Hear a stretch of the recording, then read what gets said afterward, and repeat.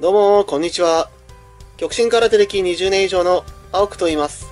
本日もそこから得られた知識や経験を皆様にお話ししていきたいと思っております。入れている昨今、それは我が極真空手にも大きな影響を及ぼしました。宣言が出された時などは道場も一時自粛を余儀なくされ、一般の通常の稽古はできなくなりました。その中で今まで通りの武道スタイルを続けることは難しくなっております。そこでそんな状況でも進歩まではいかなくともそれまでの培ったものを保ち、なおかつ新たな発見をするため、そういった稽古方法を自ら編み出さなくてはいけない状況となっております。そこで今回は私が空手を20年以上やってきたその経験の中で編み出した道場に行けなくともそれに準じた強さを保ち発見し、そして道場に通っている人たちと渡り合える、そのようなおうち稽古をご紹介したいと思います。私が生み出してきたものはかなり多岐にわたりますので、何回かに分けて紹介できたらと考えております。第1回目である今回は V 鍛錬にスポットを当てて紹介していきます。空手を格闘技をするにあたって V 鍛錬、つまりは体の各部署の骨を鍛える、そういった稽古は欠かせないものとなっております。打撃とは端的に言ってしまえば、自らの強い部分で相手の弱い部分を打ち据える、そういった構造なのです。一般的には自らの骨を持って相手の肉を打つと思われていますが、決してそれだけではありません。それを象徴的に表しているのがムエタイのミドルキックと言えるでしょう。元来は防御に使うための鍛え込まれた尺骨、空手の用語では小手と言いますが、そこをあえて狙い撃つ。その小手よりもさらに強く太く鍛え込まれたすねで打つことによって、元来防御に使うそこを破壊し、防御に使えなくして、その腕さえも破壊することによって攻撃にも使い物にならなくし、むしろ弱点に変え、倒すところにまで至ってしまう。だからこそ武器であれ、そして防具となるところであれ、そこが相手より弱かったら、そもそもが攻撃も防御もできなくなってしまうのです。ボクシングのように拳にバンテージを巻いて、さらにグローブをつけて戦うのならばまた違うかもしれませんが、しかしそれでも鍛えていないことにより、自らのハートパンチによって拳を繰り返し壊してしまった日本初のボクシング世界王者である白井義雄や現代の最高峰と呼ばれる井上尚弥なども、結局のところは突き詰めてしまえば拳の V 鍛錬の必要性を感じていると言います。特に空手は素手、素足、一切何も使わずにまとわずに戦うことを旨としているので、その重要性はさらに増していきます。実際の実践、つまりは日常生活で何らかのトラブルに見舞われた場合は、文字通り一切何もつけていないので、その汎用性は計り知れないと言えるでしょう。最初に取り扱う部分はすねとなります。これはまず最も鍛えておかなければならない箇所の一つと言えるでしょう。基本的に蹴りの中心となるのは回し蹴り。実際、ハイキック、ミドルキック、ローキックなど、その名前で呼ばれているものは全て回し蹴りとなっています。そして回し蹴りに用いるのはすね。さらにはローキックやミドルキックなどをガードするのに使うのもすねとなっています。つまりはすねが弱ければ蹴り自体が使うことは叶わず、さらには蹴られた時にガードすることすらできないのです。実際ムエタイでも幼少の頃よりそのすねで蹴り続け、黒光りするほどに鍛え抜くというのを聞いています。では実際すねを鍛える方法といたしまして、大まかには2つあります。砂袋を蹴るというものと、ビール瓶で叩くというものが有名です。砂袋というものは、こういったスタンドに砂を詰めたものを吊るした器具になっていまして、使用自体は便利なものなのですが、これ自体がある施設というものがやはり限られております。そこでやはりお家でできるかというとなかなか難しいというのが実際でしょう。ちなみに私の実家は父が空手家をしているということで、車庫にそれが用意されていたという意味では恵まれていたなと思ったりします。砂袋に準ずるという意味では、硬いサンドバッグを蹴るというのも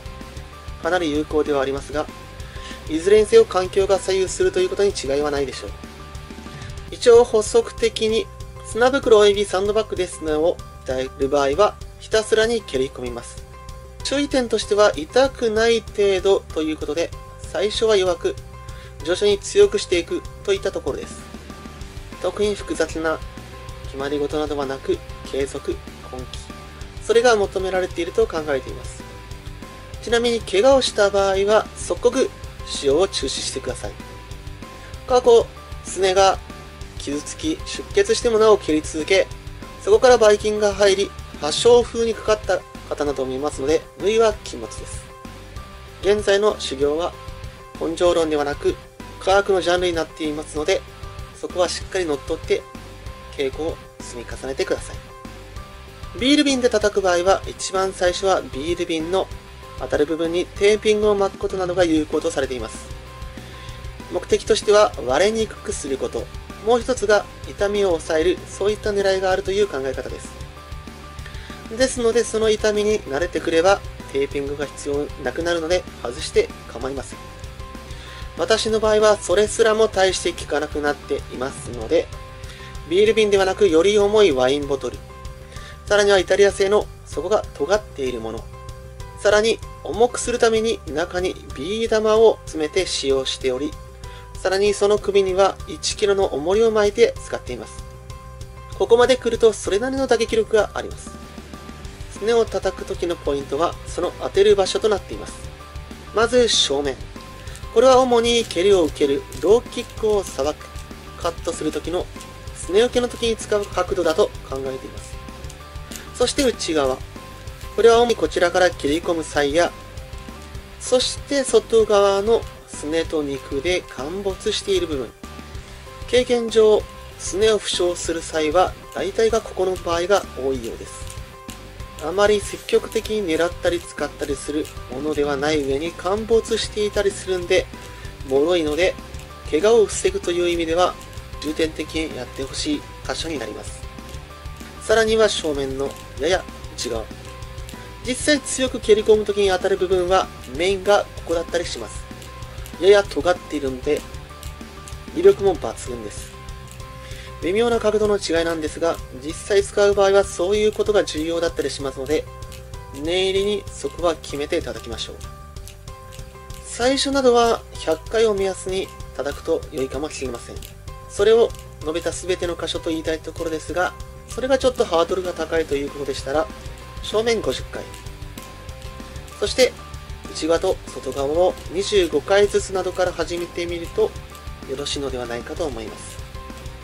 できるのでしたら、やはり毎日続けるのが良いかと思いますが、難しければ2日に一遍、3日に一遍など続けてみたらどうかなと提案します。ちなみに私は正面と外側合わせて700回、内側を300回の合計1000回を基本的には毎日、体調不良などで休むことを鑑みても、だいたい365日中350日ぐらいは継続して続けています。一応それでどういう風な変化があるというのを観察して、約1年前のこの日に写真撮影及び動画を撮っておりまして、今回それを見比べて皆さんに公開したいと思います。見た目の感じでは黒光りなどはさすがにしてはおりませんが、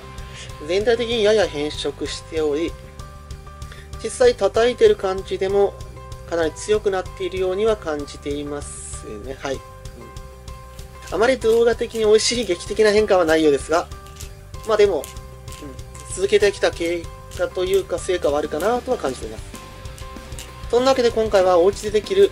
実践向けの稽古ということで、第1弾、V 鍛錬すね編についてお話しさせていただきましたが、いかがだったでしょうか。何事も一日にしてはならず、武道はその道を歩き、日々の生活の中で自らを最適化していく、そういったものだと私は感じていきます。私はこれからもその20年以上の稽古の経験から見出してきた意味のある練習方法や役立つものを紹介していきたいと思いますので、よろしければチャンネル登録していただければ嬉しく思います。本日もご視聴いただき誠にありがとうございます。